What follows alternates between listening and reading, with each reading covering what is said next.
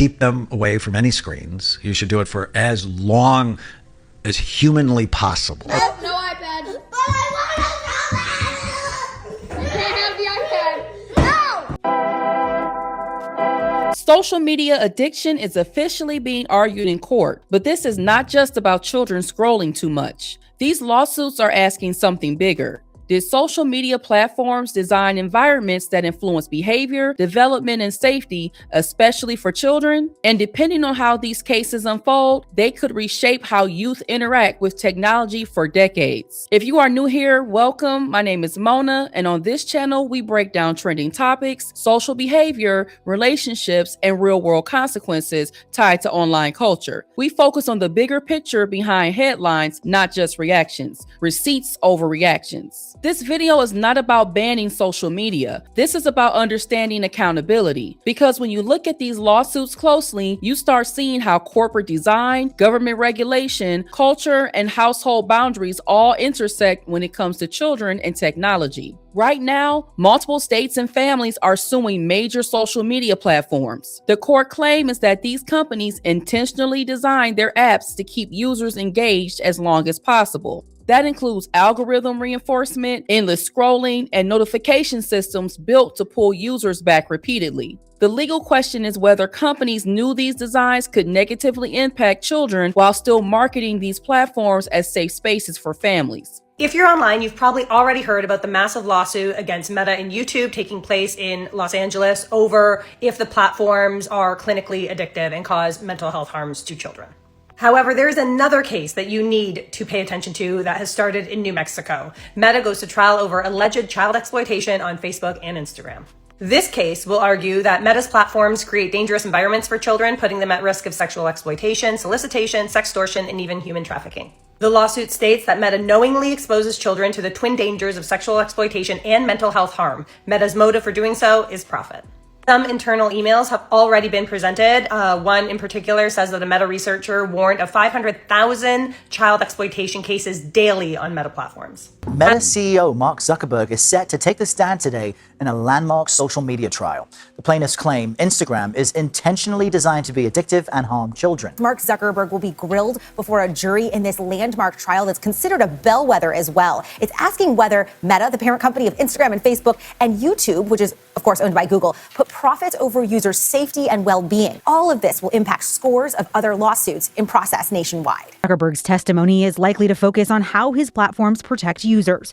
The defense has argued that mental health issues, not the platform's designs, have influenced plaintiffs. This is what lawyers call a duty of care argument. And this is not the first time industries have faced lawsuits like this. There are similar lawsuits happening against major food corporations right now. The claim there is that ultra-processed foods were engineered using combinations of sugar, fat, and salt designed to override natural stopping signals, especially in children. Different product, same accusation. Companies study human behavior, design products around it, then scale consumption. Historically, lawsuits like this do not eliminate the product. They create guardrails around how it is designed and marketed. Social media operates inside that same behavioral economy. Attention is the product. Social platforms are not random entertainment spaces. They are built using systems designed to keep users engaged. Infinite scrolling removes stopping cues. Algorithms personalize content to increase emotional reaction. Notifications pull users back repeatedly. And the longer users stay, the more revenue platforms generate. This is where the conversation moves beyond entertainment. Researchers have linked heavy social media use with anxiety symptoms, depression concerns, sleep disruption, and emotional regulation challenges. Sleep disruption alone affects mood stability, academic performance, and impulse control. There are also physical health concerns, including sedentary behavior increases and reduced physical activity. Children who spend more than 3 hours a day on social media have twice the risk of anxiety and depression. You want mentally strong kids. Delay giving them cell phones, social media, and video games as long as possible. So I see so many kids in clinic that have depression and anxiety. They're teenagers, and their depression and anxiety is directly related to how much time they spend on screens and particularly social media. I had a girl recently who told me that the reason that she was skipping meals and not eating was because she wanted to look like the girls on TikTok. But the important thing to remember is kids' brains are not fully developed. so they can't process things the same way we do.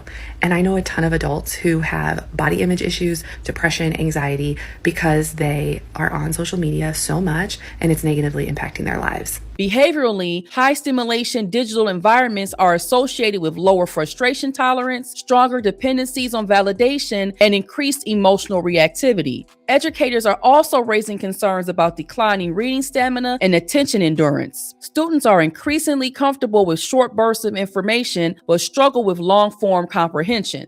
So let me tell you what it's like teaching iPad teenagers. I've had to block access to most things like YouTube, SoundCloud, cool math games, even Google search at this point, because they get too distracted or they just cheat on everything. But if I see a student working quietly, I'll come over, I'll activate their music for them. So one of my students is addicted to YouTube. And when she sees me walking around turning on people's music, instead of just waiting peacefully, twice she turns around and she's like, "Are you not gonna come over here? Can you turn mine on too?" And I explain that attitude is why I'm gonna walk the other way. And after I say that, she starts crying, like boo-hoo crying. And when the crying didn't work, she snaps. "I hate this class. I can't stand being here. I don't even like you. All I want to do is watch some videos and you won't even let me have that." Maybe because this is school. Maybe because you're failing. You are not entitled to be on YouTube and SoundCloud.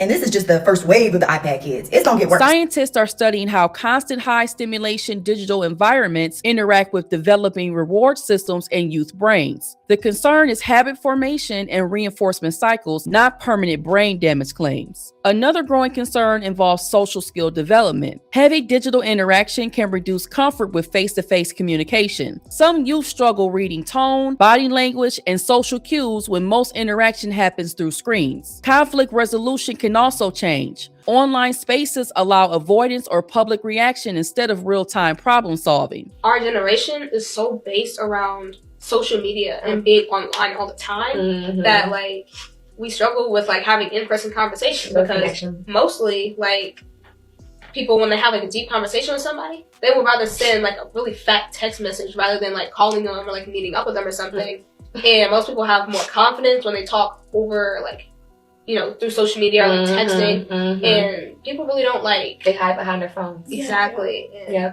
It's kind of like a struggle to like talk to people now because people rather talk online, and now we really don't have like social skills to like meet new people. It's like everybody just gets comfortable with like, you know, who they've been friends with for a long time. Skills develop when they are practiced, and many social reps are shifting online instead of in person. This conversation also cannot stay limited to scrolling. Social media is being used by youth for cyberstalking, harassment, and group exposure campaigns. Bullying no longer stops when children leave school.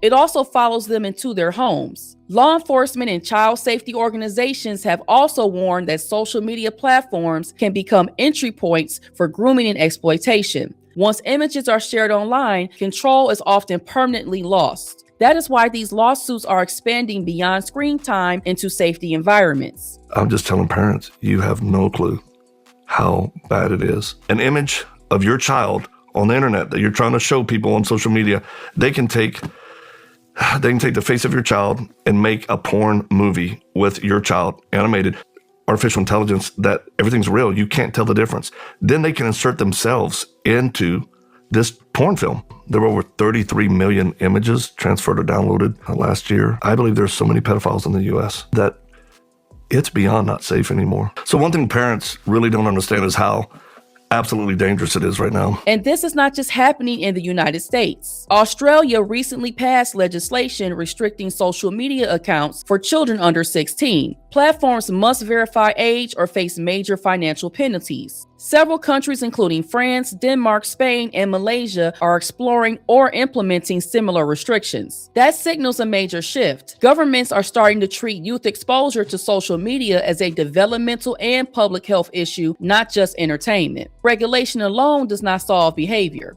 Platforms influence environment, households still control access. Devices, screen time limits, monitoring, consequences when rules are broken. Responsibility does not mean blame. It means layered protection. When any layer disappears, risk increases. These lawsuits matter because they can reshape industry guardrails. But real youth outcomes require coordination between corporate responsibility, government regulation, cultural awareness, and household enforcement. Social media is not going away. The real question is how society decides to manage it while children are still developing inside it. Now, do you think social media companies should be legally responsible for youth behavioral and safety risks? Do you believe age restrictions like Australia's under 16 policy could realistically work? And where do you think the imbalance should fall between corporate responsibility and household supervision? Now, if you enjoy conversations that break down the bigger picture behind trending stories, make sure you like this video, subscribe, hype the video, and share your perspective in the comments because these discussions are only getting bigger. Thank you for watching, and I will see y'all in the next video. Peace.